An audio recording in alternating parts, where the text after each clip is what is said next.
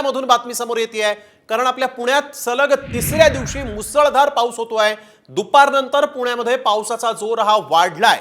जोरदार पावसामुळे पुण्यातील सखल भागात पाणी साचलेलं आहे।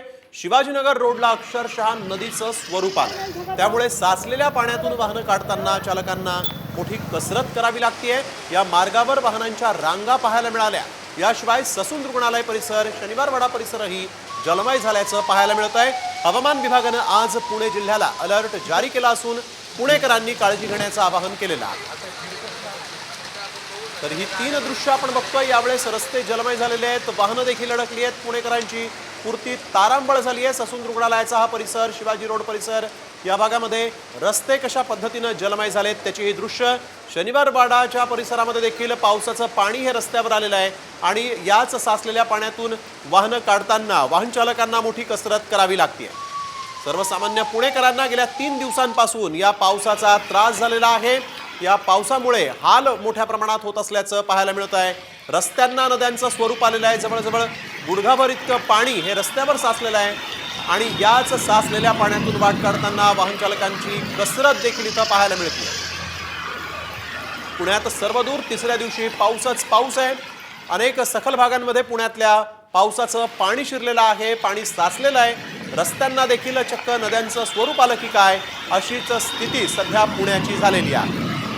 दुपारनंतर पुण्यात आज पावसाचा जोर वाढला आणि पावसाचा जोर वाढल्यानंतर पुण्यातल्या अनेक भागांमध्ये पावसाचं पाणी साचायला सुरुवात झाली। सर्वसामान्य पुणेकरांचे मात्र या पावसानं हाल केलेले आहेत। काही दिवस विश्रांती घेतल्यानंतर गेल्या 3 दिवसांपासून पुण्याला पावसानं झोडपून काढलंय।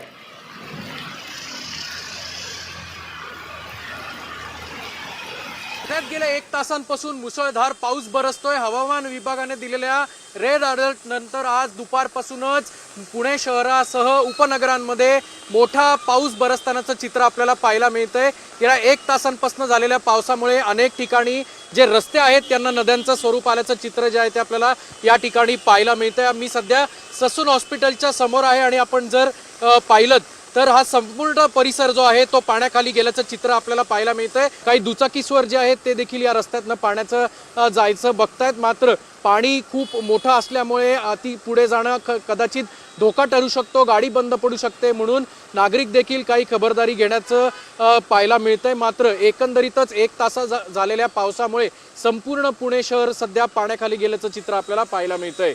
कॅमेरामन आदर्श कटकेसह अक्षय बडवे, साम टीव्ही न्यूज, पुणे।